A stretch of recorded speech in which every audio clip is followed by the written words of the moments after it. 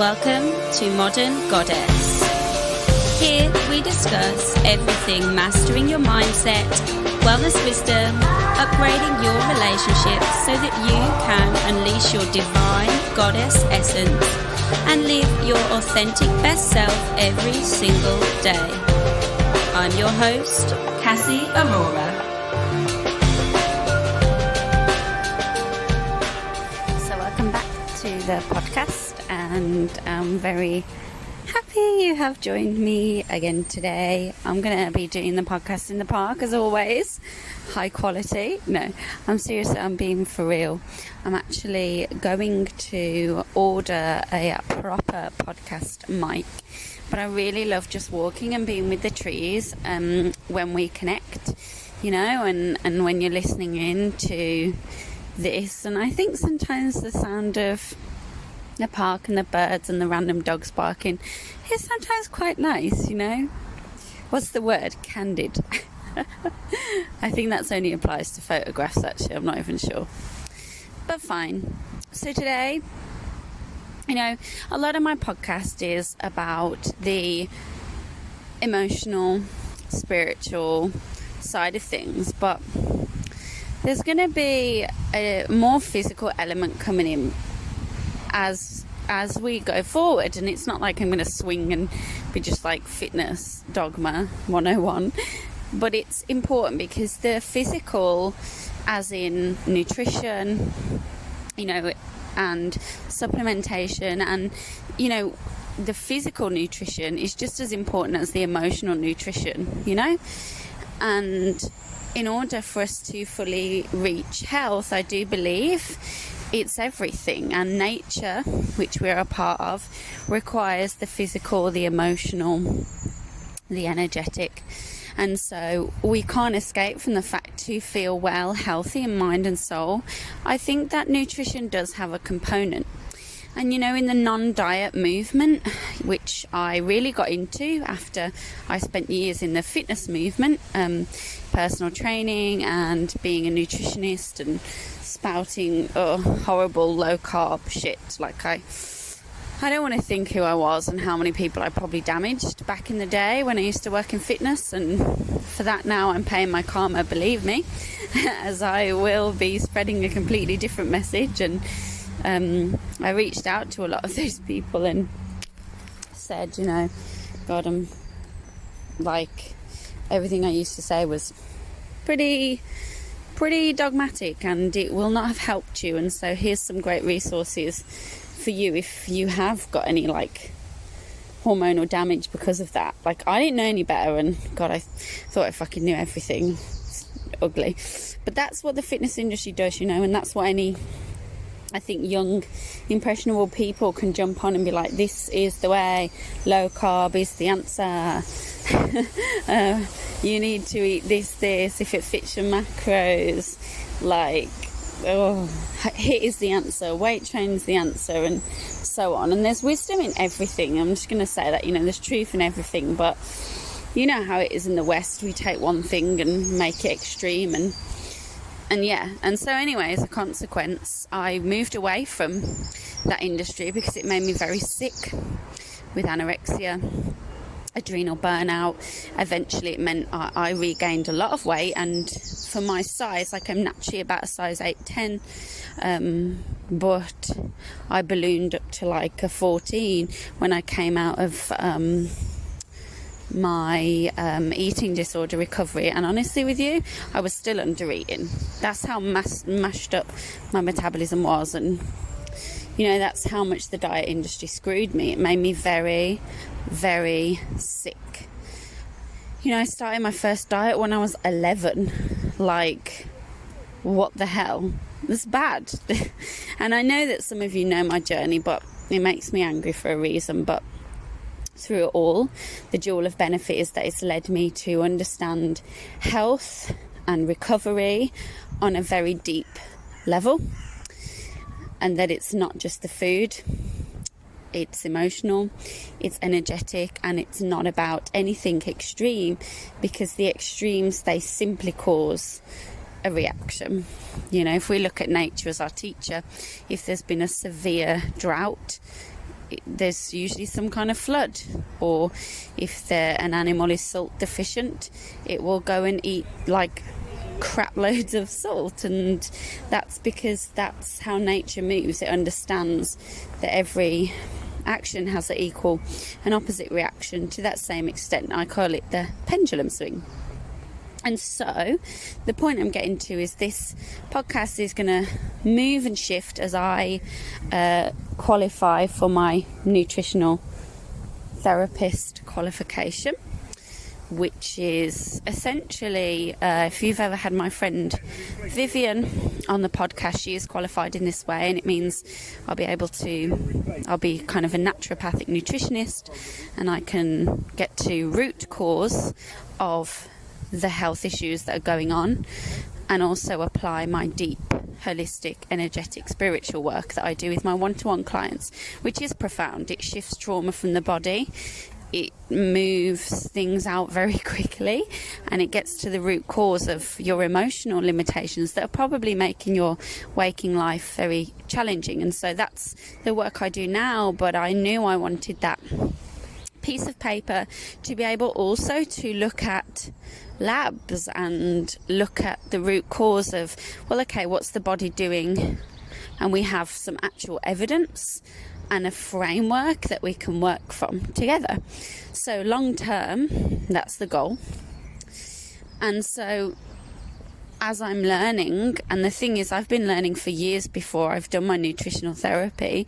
You know, I'm in my first year, I'm doing all the biomedicine now, but if I'm truthful, it's stuff I kind of already knew, apart from maybe when, you know, some things I'm like, oh, okay, I didn't really know that, but it's stuff that I'd known because I'm just a geek anyway. But I need that piece of paper, and I'm very excited to be able to bring that more into what I can offer you to help you to become healthier, more whole, more empowered within yourself, because I don't believe in making people dependent on me. I like to teach people how to do things for themselves, because, like, you know, if you're dependent on someone else, that doesn't empower you. It just means you got to go to someone else all the time. So today, interestingly, I'll be talking about, just in a dog, I really want a multi-poo.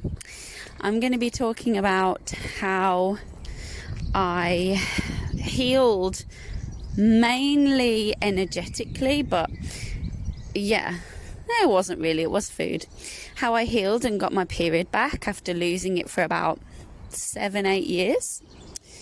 How I was told I would never have kids, and now I'm in a place where I feel that I will be fertile very soon. I've been having signs that I'm very fertile, and obviously in the future I want that option.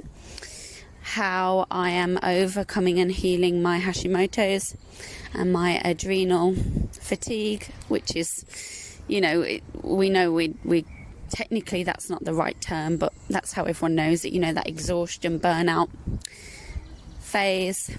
How I am healing my body really truly from the inside out, and have been, because it was in a very bad place indeed.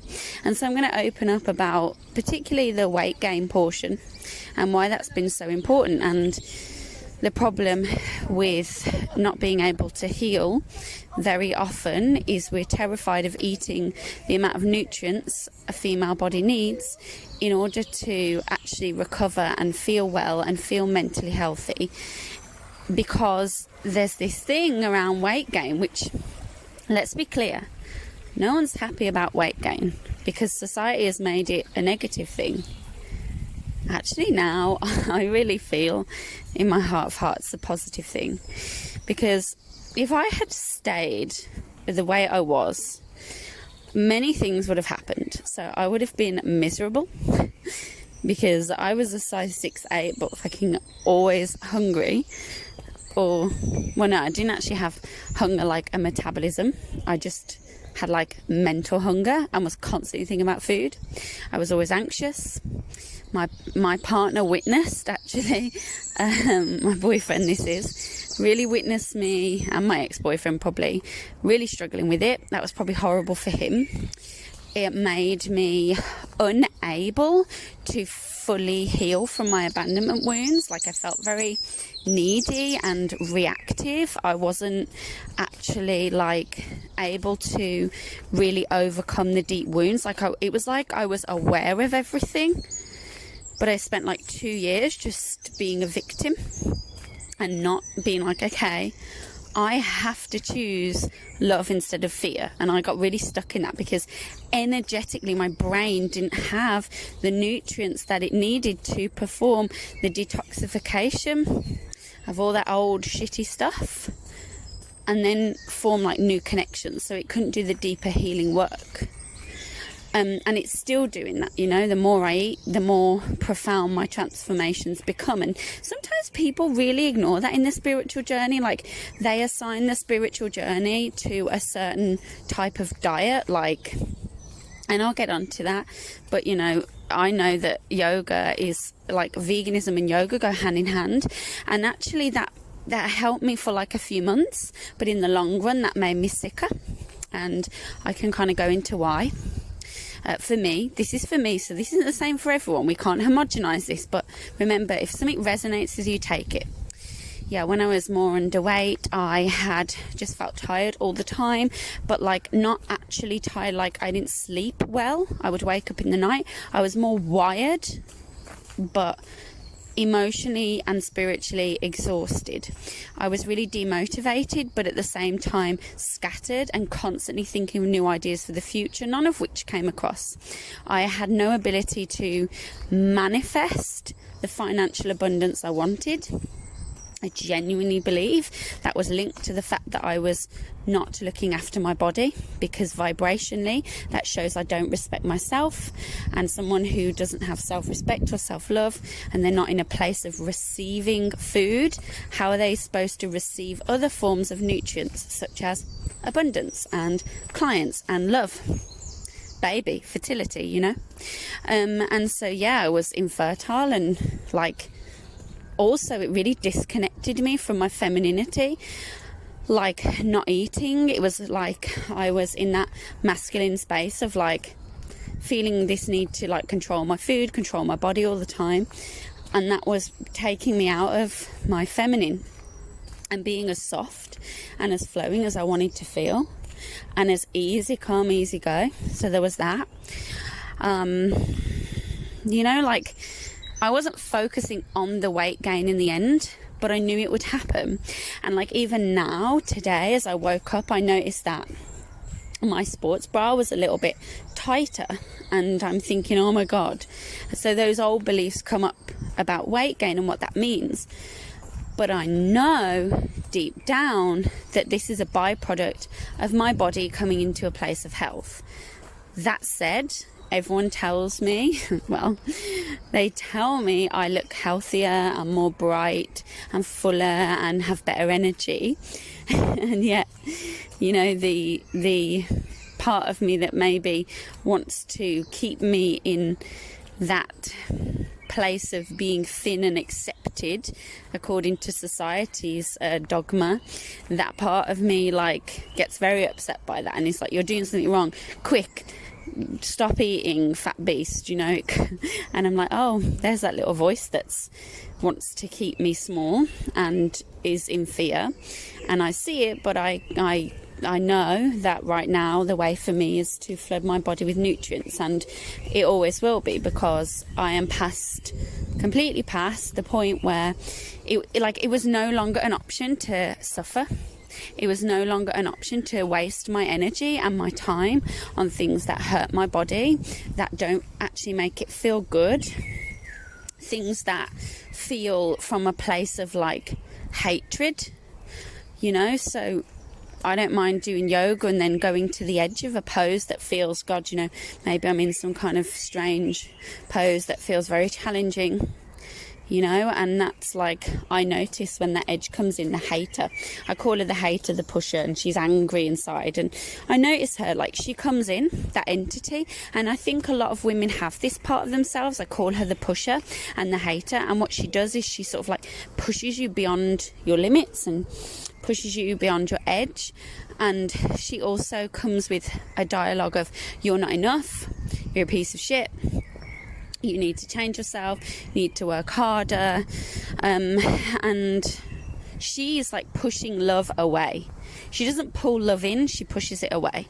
That's kind of her mentality. And I've noticed a lot of women, I work with, have her somewhere because they've had to, because as they've developed and grown up, as I did, it's like I had to become, like, I put a wall around myself and push myself, because it made me feel powerful when so many traumatic things in my life had robbed me of that power. She even came into like my performance, when I was on stage. I actually don't feel the need to perform anymore. Like, I love singing, and I would definitely do singing performances because I love it. But like on stage, as in playing a role, now that I feel like it feels to me a lot of energy to pretend to be someone else, when I just really don't want to do that. So I have nothing to prove. I'm like, yeah, I'm happy as I am. I don't need to prove myself and go on stage. Like, I'm not saying that everyone does that, but for me, that was what it was about. And people can attach it to their role as a mother, to their role in work, the achiever at work. It doesn't matter. You can do all these things. I'm still going to achieve a lot. Don't get me wrong, but the energy behind it is not one of pushing and hate. The same as if I was to, if I decided I wanted to go vegan again, it would be from a place of like, I feel that I want to go vegan for a while, from a place of curiosity and openness, rather than like, oh, I should be vegan because I'm a bad person if I'm not vegan, and so on. It's like interesting, right? And so if I compare and contrast, like, to the time when I was very underweight and up until maybe the last year, I actually, not that this is a thing, but I think I weighed more up until the last year when I was eating less and stressing more, because I was probably more inflamed. But the thing is, it doesn't matter. I don't weigh myself, but I never want to be in a position where if I am looking after myself and weight gain comes from that, which it has, I don't care, because if I'm spiritually, mentally, emotionally and physically in a better place of health, I know that fat on my body is there for a reason. And so what if I scroll through bloody social media and see everything looking different? It doesn't matter, because that's not my body, And so when you scroll, and the comparisonitis comes in even for me, but the point is, it's not my body. And I don't know how healthy they are. They might not have a period. They might be miserable. They might go out to dinner and be sad. I don't know. But I wasn't prepared to put myself through that level of kind of,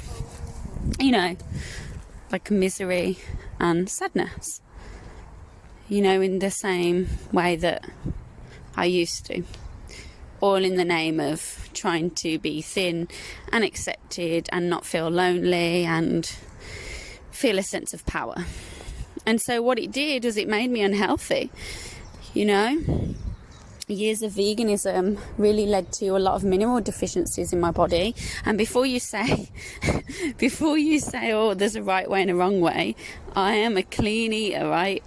I was eating a lot of good food, but I couldn't touch things like tofu or carbs, as in gluten.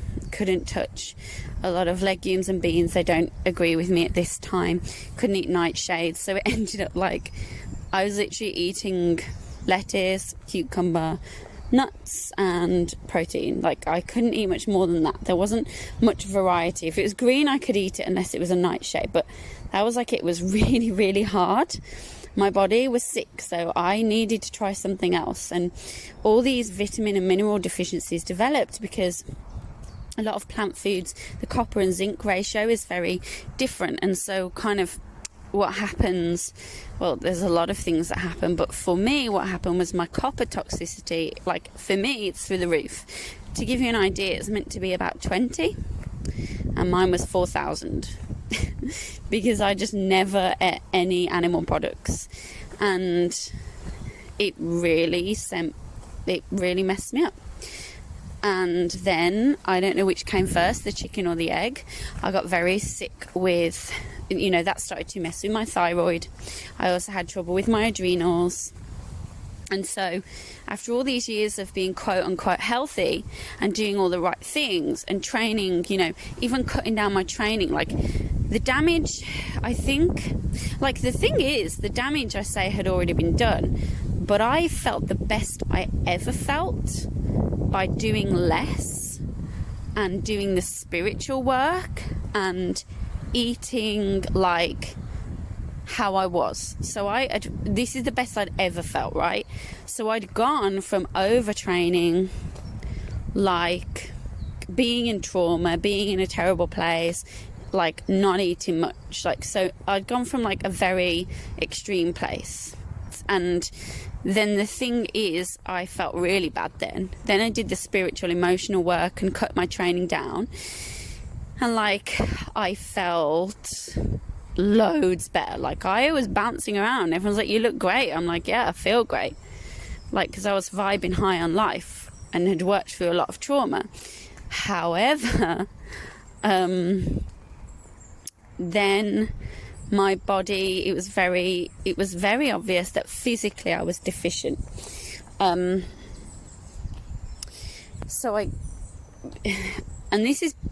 This shows the emotional work is relevant, because when I had my labs done with Vivian, she was like, I don't know how you function every day. These labs, like, this is the worst I've ever seen. And I was just like, well, I feel, I don't feel great, but I don't feel awful, like, but I know something's wrong. And she's like, literally, like, I don't know how you're functioning, like. So that was a wake-up call I was like aware then, okay, well, the spiritual work I've done, the emotional work I've done has been powerful, and that's got me to where I am. So I don't negate that, and I think it's really, really important.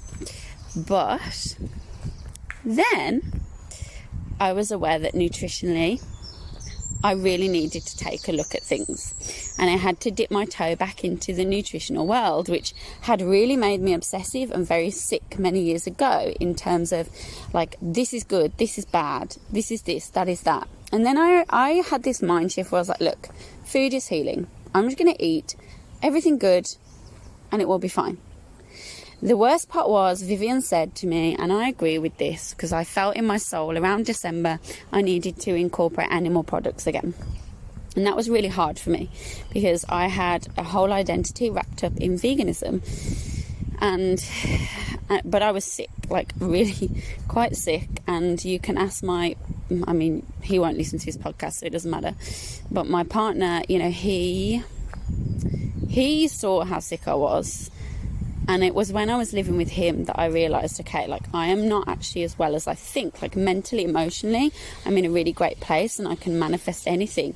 But my power's limited because my nutrition and all of this, like, dogma associated to it is still in my vibration, and it's limiting me.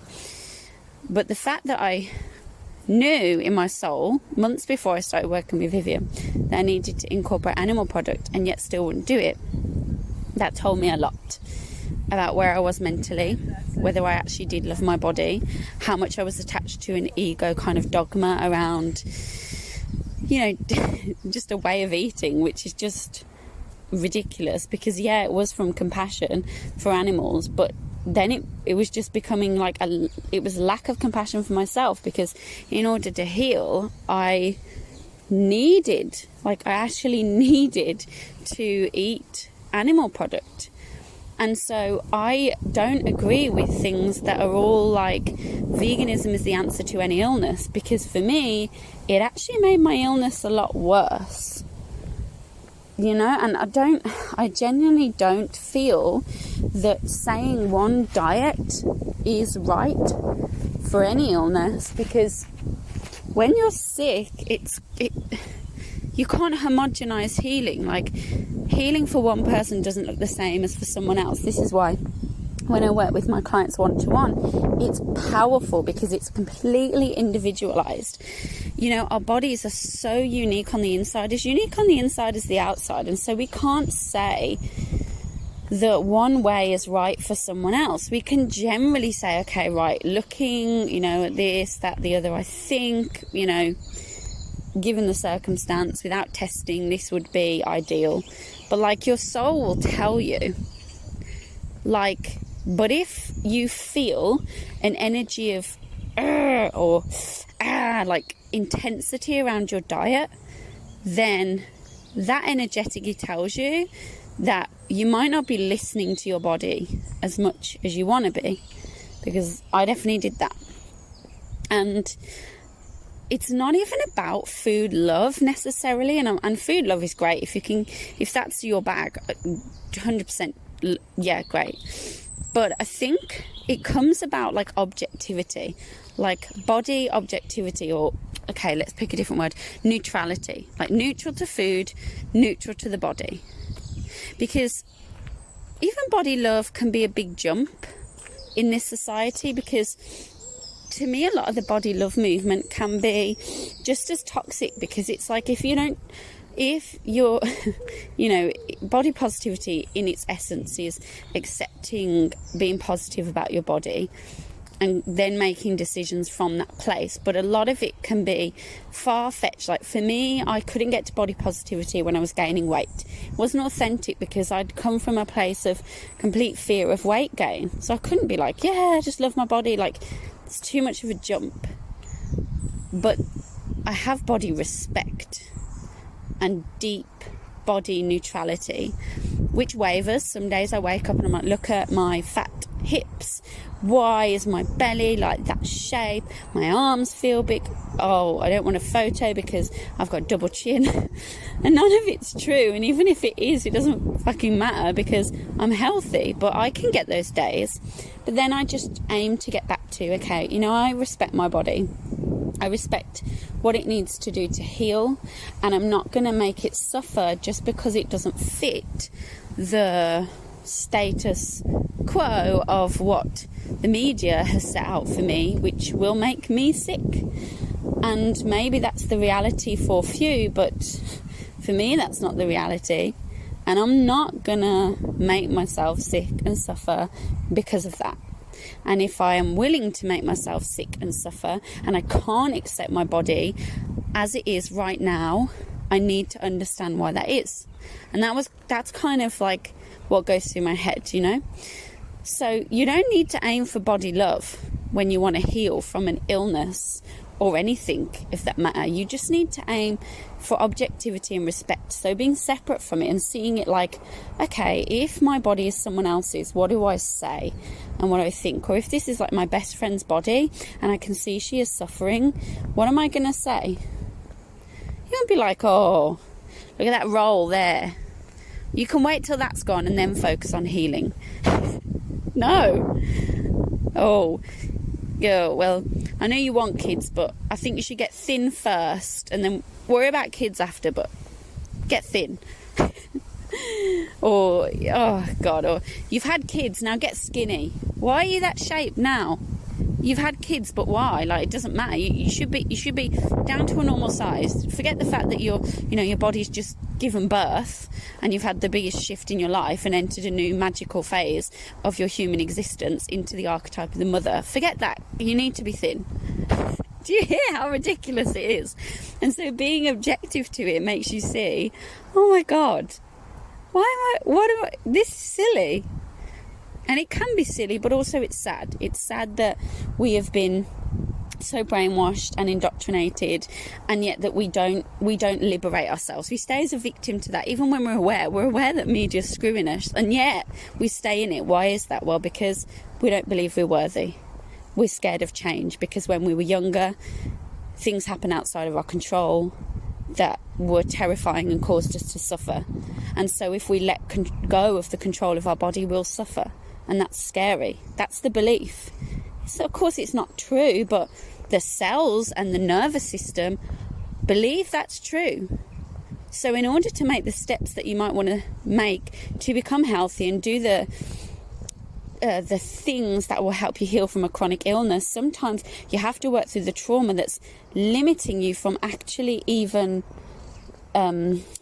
making those respectful and loving choices, because it's not always an option when you've got trauma. But the point is, don't sit back and just say, well, got control issues around my body and that's that, so it's too difficult to step out of that. You know, if you want to get better, you can. You just give yourself the respect that it's going to take time, and that your body is terrified of just doing the middle ground, because extremes, diets, punishing the body, they're all ways that you can feel powerful and in control and express the pain that you feel inside. And so letting that go means you've got nowhere to feel power, because you don't know where else you felt it before. And of course, here I go, power's within you, but it really is. But it takes time. You'll feel power when you feel the shift of stepping away from things that cause you pain and hurt, and fall into the trust of something that feels loving, realizing that part of yourself is way more powerful, but it's just a lot more quiet. And so we go through life and we can make ourselves the victim for so long, like I did. That's cool. But there comes a point where, you know, I knew I had to heal from my chronic illness, and I knew that doing the same stuff, even though I had got better, I was still holding on to a lot of things. It was like, can I take the leap? Can I really take the leap and just be like, fuck it, I'm going to eat good food, and I'm just going to let go of all those horrible thoughts about myself and my body. I don't care what it takes. I don't care if I'm not extreme. I don't care if my boyfriend dumps me because I'm not the right body shape. I don't care if someone skinnier comes along and I feel threatened by that. I don't care if he scrolls through his feed and sees like hot people in bikinis. Like, I don't give a fuck, because the truth is, I am enough. My body is enough. If my body is, you know, my body as it is right now is, it's healthy, it's well, it's vital, it's my vessel. It's my vessel for me being here and helping to empower others to liberate themselves from the same bullshit issues that keep us all trapped, because that's all it is. And the chronic illness is letting you know, hey, something's not right. My hashimotos diagnosis and my adrenal fatigue and my issues, like my toxicity, it's all going, look what you've done. Like, this is how much you're throwing your power away. It's not hard to fix. How much further are you going to go? It's like a wake-up call, you know? How much do you disrespect yourself? How much are you trying to look outwards for the answers? It's not there. My soul knew ages ago I needed to incorporate animal meat. It knows I need to slow down. My soul every day tells me what I need to do. It tells me it's okay. And yet, I spent years hearing my soul whispering and ignoring it. And then I was just like, oh, this is ridiculous. But the jump was really scary. And it wasn't one that I did easily. It took me years of sifting through old trauma. You know, I have a very slow mode to change. Other people can dive in head first to change and love it, but for me, no, it's not that easy. I think anyone who's had trauma, it's not that easy. And so now, moving into weight gain has not been the goal. I haven't gone into this going, yeah, let me gain weight. Honestly, when I gain weight, it terrifies the shit out of me, and I have to deal with a whole new death of my ego. Like, I realise how much fucking ego stuff I've got, and I'm like, oh my god, what the hell, you know? And it's ugly. It's really ugly, but it's human, so it's fine. And I'm not going to ignore it and like suddenly start taking on like, I love my body, and shouting it out loud, because that's not the truth. When I gain weight, I don't love my body. I feel terrified, and I have to dig deep to reason with that and feel the pain. Because when I gain weight, the parts of me that have had control and that are scared that suffering is imminent, of feeling or going unnoticed and being invisible, they come back. For me, I've got this like brain kind of wiring that's like, weight gain equals loneliness and my boyfriend leaving me, you know. But the funny thing is, the more that I love myself, that I accept myself, and the more that I just eat what I want, the more he has like accepted me, and the more that he has been like, good for you, like the easier our relationship has become. And of course I thought it would be the opposite, because he's different to me, and I was scared. All my life I've kind of edited myself to be accepted by others rather than just being myself, you know. And so now it's like, it's different, obviously. But so how am I healing my chronic illness? Well, dealing with the shadow work, which is, I've told you, that's my bag. You know, that's my bag. That's all I do with my clients. That's all I do with, you know, that's my role, identity, and work right now, because I know how to heal that dark stuff and integrate it. And when I use the word heal, what I mean is really transmute it from being stuff that is unconscious and driving you to what you don't want, as to conscious stuff that you're choosing to let go of, to choose what you do want. And that's what I mean by healing. Not just some kind of like, oh, let's do a meditation, love and light, namaste, and we're done, because that's not how it works. That will just probably make it even worse. So anyway, I've done that work. The second component is rest. I've been resting like, not even as much as I could, I don't think, but resting more and more, as in letting go of weightlifting, letting go of fitness, and actually completely doing gentle yoga. I've still been doing a few strong classes a week, walking, yes, but not like beast moding everything. Literally being really gentle, to the point where it feels so, it brings up like the part of me that's like, well, what are you doing, lazy? Why are you doing that? But now I'm like, oh, it feels really nice to rest. And actually, you can shout as loud as you want in a voice pusher and tell me I'm lazy, but the truth is, this feels really good. And I know you're scared, but I'm here. But we're not going to push anymore. It's not okay. So that's kind of the dialogue that goes on. Rest in the terms of, I'm not setting an alarm. I am privileged, I don't have children. But any excuse to rest, you want to take it if you've got a chronic illness. Because one day of slightly overdoing it and you can have a big relapse. I had a huge relapse yesterday and I felt like a total failure.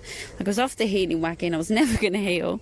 That was for about half an hour, and then I remembered that it's just a teacher. So, you know, my illness is a teacher. It tells me when I've overdone it and when I've come out of alignment with my body, and that's fine. So, yeah, resting like never before.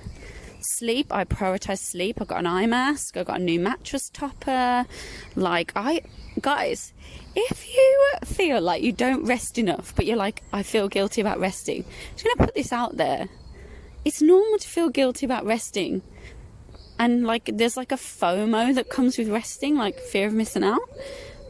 But really, when you rest, everything changes. Like, you show the universe you're open to receiving. You show the universe you're in your feminine, and it helps everything. Like, it helps your relationships flow, helps with financial abundance, money flows in more easily, you're able to make clearer decisions because you're actually slowing down.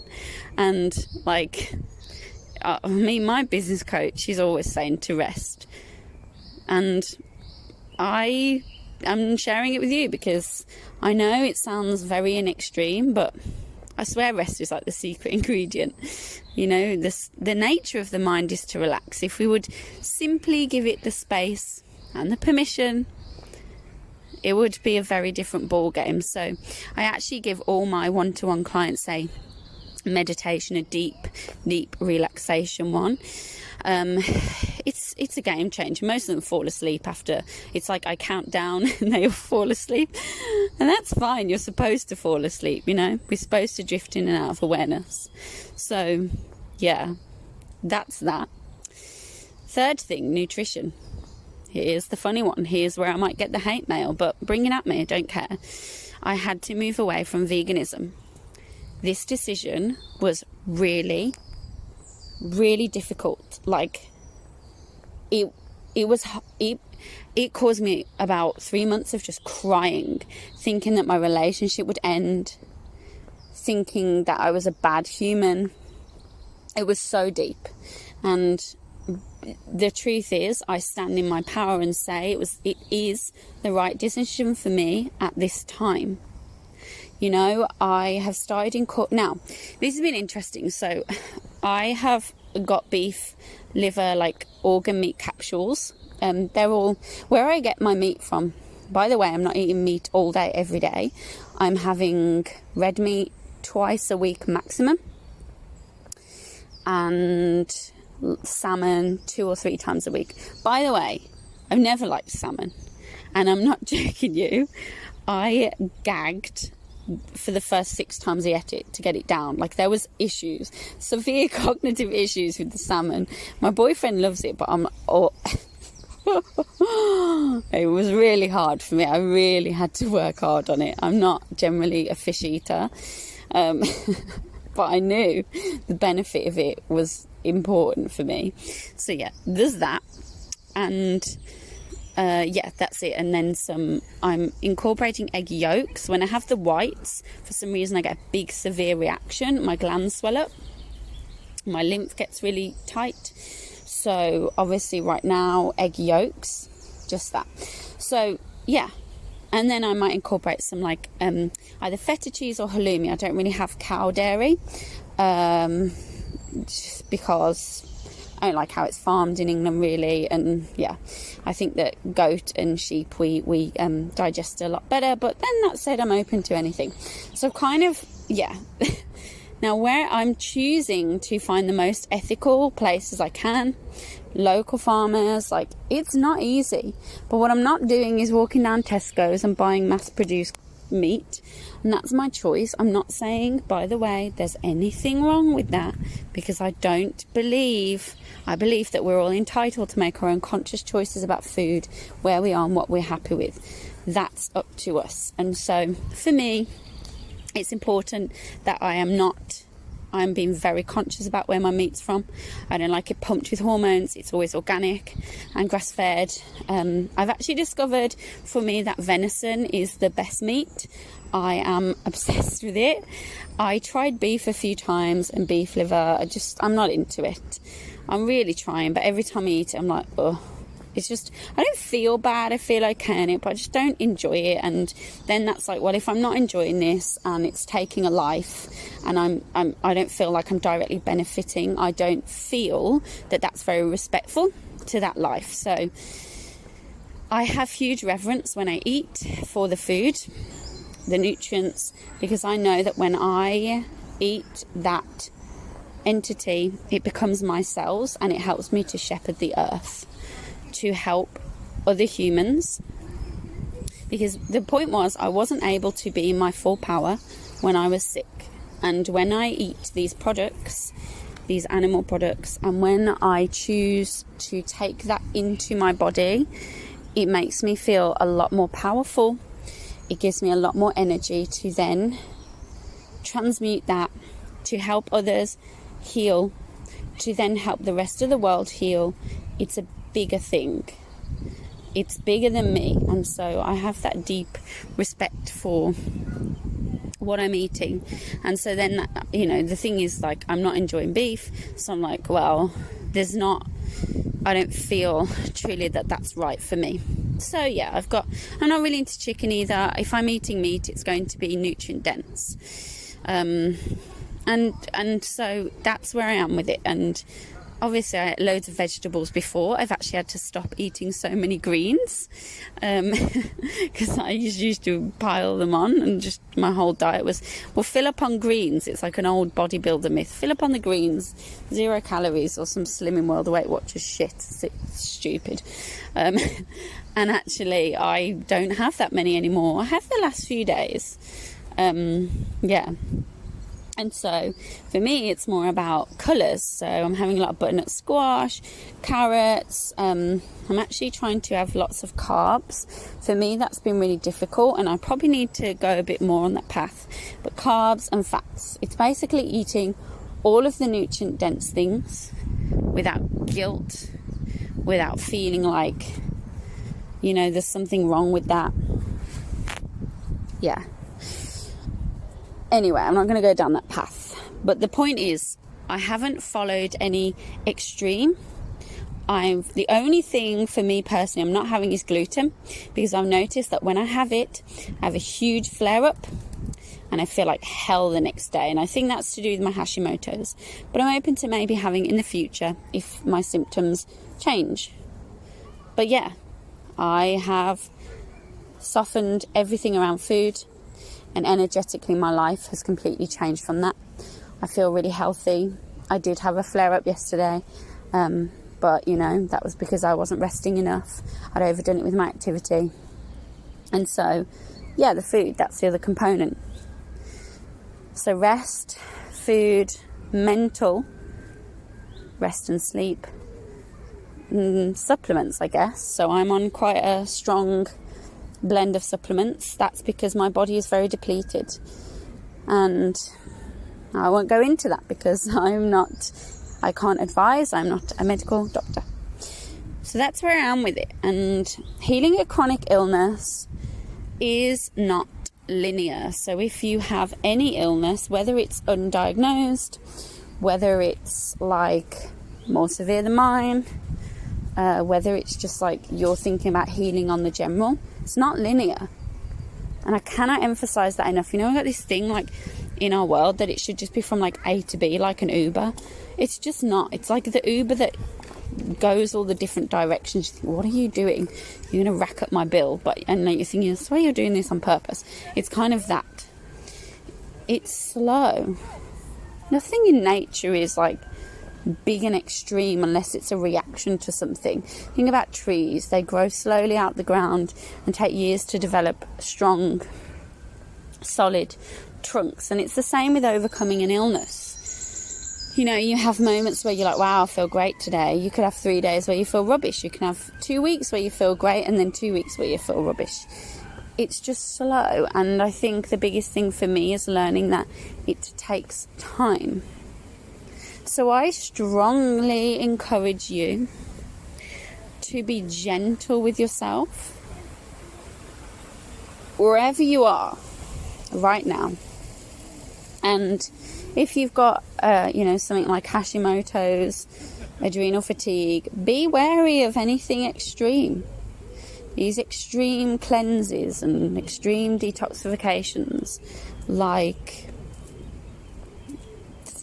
gentle. Anything extreme, like I'm always like, no, maybe not. Maybe I'll just leave that. And that's another thing I didn't mention, detoxification. A healthy body that's supported detoxifies itself.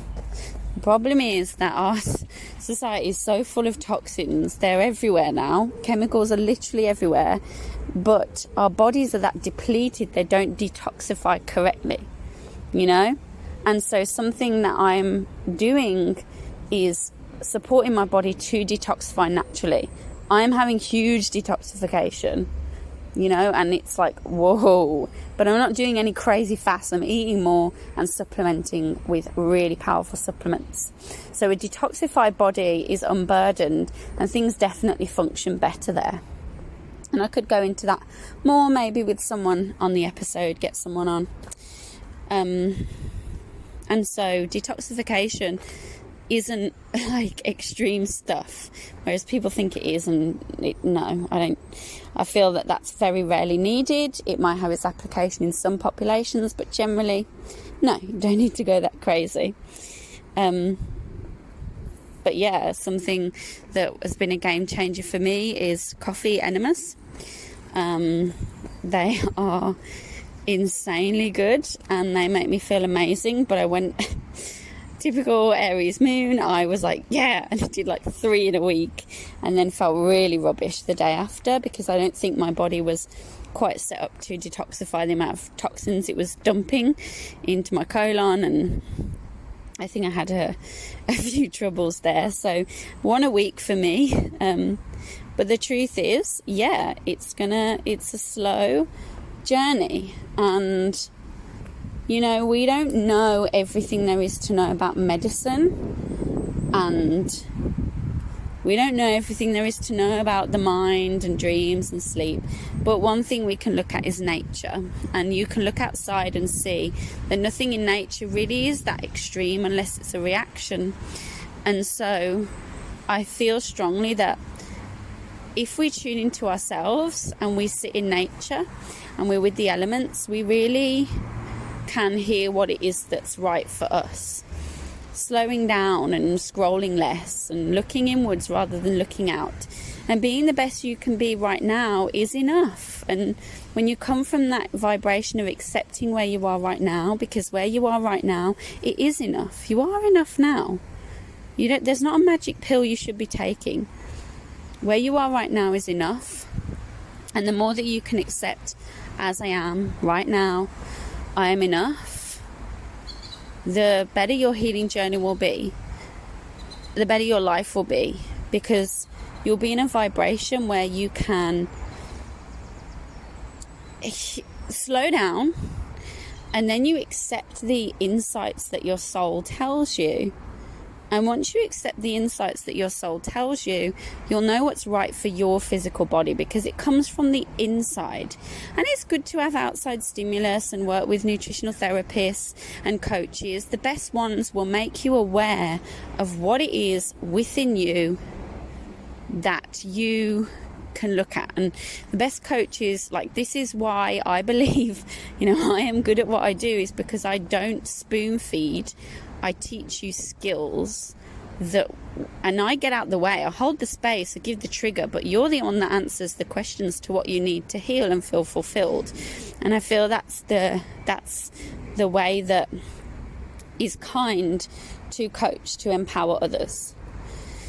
I don't know what you need to heal because I'm not you, but I know how to make you quiet enough to listen, and I know how to help you get there.